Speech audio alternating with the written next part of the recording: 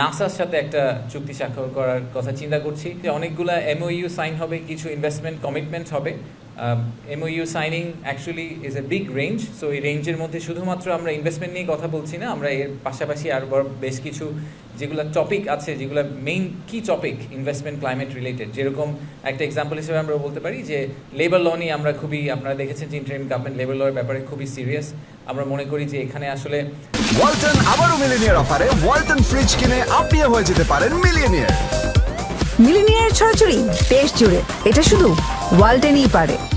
সরকার, ব্যবসায়ী এবং আমাদের শ্রমিক যারা আছেন সবার মধ্যে কিন্তু একটা ইকুইলিব্রিয়াম কাজ করতে হবে। এটা সবসময় ওয়ান সাইডেড হলে চলবে না। তো আইএলওর সাথে আমরা এরকম একটা দ্বিপাক্ষিক চুক্তি স্বাক্ষর করার চিন্তা করছি। তার সাথে আরও বেশ কিছু মাল্টিল্যাটারাল ওটার মধ্যে ইনভলভ থাকবে। আমরা নাসার সাথে একটা চুক্তি স্বাক্ষর করার কথা চিন্তা করছি স্পেস এক্সপ্লোরেশন নিয়ে, নন মিলিটারি স্পেস এক্সপ্লোরেশন নিয়ে চুক্তি স্বাক্ষর কথা চিন্তা করছি। সেটা নিয়ে আপনাদেরকে আমরা যেদিন চুক্তি স্বাক্ষর করা হবে সেদিন আপনাদেরকে আমরা আরও ডিটেইল জানাতে পারবো।